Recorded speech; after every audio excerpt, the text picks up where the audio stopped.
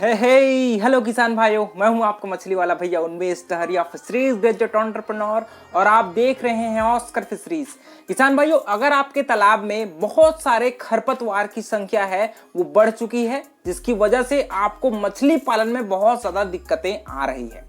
Actually यार ये दिक्कत है ना, वो आपके तालाब में 2-3 कारणों की वजह से होती है। सबसे पहला कारण, अगर आपके तालाब में ऑर्गेनिक लोड बहुत ज्यादा हो चुका है, आपके तालाब के बॉटम में स्लज बन चुका है, तो उसमें क्या होता है, आपके तालाब में न्यूट्रिएंट्स है वो बहुत ज्यादा मात्रा में उपस्थित हो जाती है उसके सड़ने से, जिसकी वजह से अगर थोड़ी सी भी मात्रा में एक्वेटिक वीड अगर आपके तालाब में उपस्थित है तो वो उन न्यूट्रिएंट्स का प्रयोग करके बहुत ज्यादा संख्या में बढ़ जाती है और वो खरपतवार आपके तालाब के बॉटम से लेकर आपके तालाब के सरफेस में भी पूरी संख्या में आपके तालाब को कवर कर लेती है, जिसकी वजह से आपकी मछलियों को ऑक्सीजन में दिक्कतें आती हैं, आपके तालाब में स्पेस की दिक्कत आ सकती है और आपको हार्वेस्टिंग में भी, नेटिंग कराने में भी दिक्कतें हैं वो आती है। तो मैं आपको आज पूरा सोल्यूशन बताऊंगा कि कौन कौन से केमिकल्स हैं जिसका प्रयोग आप इन वीड्स को खत्म करने में, मारने में प्रयोग कर सकते हैं, कौन कौन सी मछलियां हैं जिसको आपको ऐसे तालाब में स्टॉक करना चाहिए जहां पर एक्वेटिक वीड की संख्या ज्यादा हो। तो पूरा डिटेल में मैं आपसे चर्चा। पहले दोस्तों आपको थोड़ा सा एक्वेटिक वीड मतलब जो खरपतवार होता है आपके तालाब में, उसके बारे में मुझे लगता है कि आपको जानना जरूरी है। देखिए, एक्वेटिक वीड दोस्तों एक्चुअल में 3 प्रकार की होती है। एक प्रकार जो आपके तालाब के सरफेस में रहती है, जो फ्लोटिंग जो बहते रहती है आपके हवा वायु के साथ आपके तालाब के सरफेस में, इसको हम लोग फ्लोटिंग वीड बोलते हैं, ठीक है। जिसमें आपका लेमना, जिसको डकवीड कहा जाता है, इकॉर्निया, पिस्टिया, ऐसे जो तालाब के सरफेस में उन लोग अपने हिसाब से उन लोग घूमते रहते हैं। दूसरा प्रकार आता है दोस्तों आपका इमरजेंट वीड। इमरजेंट वो है जिसका जो तना भाग है ना वो तालाब के ऊपर में रहता है, लेकिन उसका जो जड़ है वो आपके तालाब के बॉटम में मिट्टी तक में वो उसका जड़ है वो टच रहती है। जिसमें आपका सबसे बेहतरीन एग्जांपल है आपका नीलंबो, जिसको हम लोग कमल फूल बोलते हैं, ठीक ना, वो आपका इमरजेंट वीड है। तीसरा प्रकार का आता है दोस्तों सबमर्ज्ड वीड। सबमर्ज्ड वो है जो आपके तालाब में नीचे में रहती है, जो पानी के जस्ट नीचे में रहती है और उसका जो जाल है वो आपके तालाब के बॉटम में पूरी तरीके से फैली रहती है, जिसमें आपका हाइड्रिला और आपका एक और है नाजस। तो ये 3-4 प्रकार के जो एक्वेटिक वीड हैं, जो जिसका फोटो आप स्क्रीन पर देख सकते हैं। इसको मैं कंट्रोल करने के अलग अलग केमिकल्स आपको बताने वाला हूं, क्योंकि अलग अलग प्रकार के एक्वेटिक वीड को कंट्रोल करने के लिए अलग अलग मेथड होते हैं। सबसे पहले बात करते हैं दोस्तों आपके फ्लोटिंग वीड की। फ्लोटिंग वीड में इंपॉर्टेंट आपके वीड आते हैं, मैंने पूरा लिस्ट आउट करके रखा हुआ है। फ्लोटिंग वीड में आता है आपका इकॉर्निया, ठीक है, लेमना, एजोला, ये तालाब के सरफेस में रहती है। इसको कंट्रोल करने के लिए दोस्तों सबसे पहले इकॉर्निया है, उसका फोटो मैं आपको बगल में लगा दूंगा स्क्रीन में। इसको कंट्रोल करने के लिए आपके पास 2,4-D एक केमिकल आता है, ठीक है, 2,4-D आता है। उस केमिकल को आपको प्रयोग करना है। कितना? 8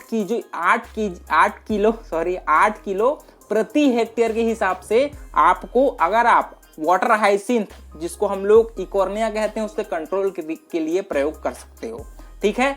दूसरा आपका एक्वेटिक वीड आता है दोस्तों लेमना या फिर एजोला, ठीक है, जिसको हम लोग वाटर फर्न बोलते हैं और आपके लेमना को डकवीड कहा जाता है, ये आपको पता होगा। उसको भी कंट्रोल करने के लिए दोस्तों एक केमिकल आता है ग्रेमेक्सोन केमिकल, ठीक है।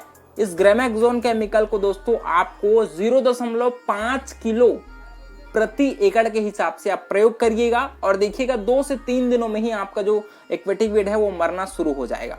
इसके अलावा दोस्तों अगर आप चाहेंगे तो, क्योंकि ये एक फ्लोटिंग वीड है वो तालाब के सरफेस में रहता है, तो आप उसको हाथों की सहायता से भी कलेक्ट करके बाहर फेंक सकते हैं, है ना। इसके अलावा आप चाहेंगे तो रस्सी की मदद से भी आप उसको एक जगह कलेक्ट करके बाहर निकाल सकते हैं। प्रकार का आपका जो एक्वेटिक मैंने आपको बताया है वो है इमरजेंट प्रकार का। इमरजेंट में क्या होता है दोस्तों, तालाब के सरफेस में उसका तना का जो भाग है वो आपको दिखाई देगा, लेकिन उसका जड़ है वो आपके नीचे, तालाब के नीचे बॉटम तक में उसका जड़ है वो कनेक्ट रहता है, ठीक ना। इसमें आपका नीलंबो, लोटस, है ना, इसके अलावा निम्फिया, ये 3 प्रकार के जो एक्वेटिक वीड हैं वो इसके अंतर्गत आते हैं। तो सबसे पहले बात करते हैं दोस्तों निम्फिया की। निम्फिया को कंट्रोल करने के लिए दोस्तों आपको 2,4-D इथाइल ईस्टर एक केमिकल आता है ना, उसका प्रयोग करना है। इसके अलावा अगर आप जो नीलंबो होता है, ठीक ना, नीलंबो उसको कंट्रोल करने के लिए टेफीसाइड करके केमिकल आता है, टेफीसाइड 80, है ना, इसका प्रयोग है वो आप कर सकते हो। उसके अलावा आपके निम्फिया का कंट्रोल के लिए आप कॉपर सल्फेट पैलेट आता है, उसका प्रयोग कर सकते हैं। इसको कॉपर सल्फेट पैलेट को दोस्तों आपको 4 पार्ट में डिवाइड करना है और एक हफ्ते के इंटरवल में आपको अपने तालाब में डालना है, ठीक है। इसका डोज है 35 केजी प्रति हेक्टेयर के हिसाब से आप कॉपर सल्फेट को प्रयोग कर सकते हो 1 वीक के लिए। मतलब एक हफ्ता में जो 35 किलो है उसको 4 पार्ट में डिवाइड कर दीजिएगा और हफ्ते में एक हफ्ते को छोड़ करके आपको अपने जो डोज मैंने बताया है उसको आप प्रयोग करिएगा। एक और आपका एक्वेटिक वीड आता है दोस्तों वाटर लिली, इसके अलावा लोटस, वाटर क्लस्टर जो बोलते हैं, है ना। इन सभी एक्वेटिक वीड को कंट्रोल करने के लिए आपको 2,4-D सोडियम सॉल्ट आता है, 2,4-D का ही सोडियम सॉल्ट। इसके साथ आप उसमें डिटर्जेंट का जो पाउडर होता है उसको भी डाल सकते हैं। कितना आप उसको 5 किलो, ठीक ना, 5 किलो आप उसको डिटर्जेंट पाउडर को भी डाल सकते हो। इसमें जो मैंने आपको 2,4-D सोडियम सॉल्ट बताया है उसका डोज होगा प्रति हेक्टेयर 10 किलो और जो डिटर्जेंट पाउडर है उसको भी आप प्रति हेक्टेयर 5 किलो, दोनों को मिक्स करेंगे। और एक चीज आप ध्यान रखिएगा, जो भी केमिकल्स मैं आपको बता रहा हूँ उसको वो सारे को आपको लिक्विड फॉर्म में ही स्प्रे करना है। जैसे हम लोग खेत में स्प्रे कराते हैं ना, आपके हर्बिसाइड हो गया, तो वैसे ही आपको तालाब में भी स्प्रे ही कराना है, ठीक ना, ऐसे ही आपको नहीं डालना है केमिकल्स को। प्रकार का एक्वेटिक वीड मैंने आपको बताया था वो है आपका सबमर्ज वीड, जो आपके तालाब के बॉटम में रहती है, आपको वो दिखाई नहीं देती, है ना। जिसमें आपका हाइड्रिला हो गया, वेलिस्नेरिया हो गया, ओटेलिया हो गया, नाजस हो गया, है ना।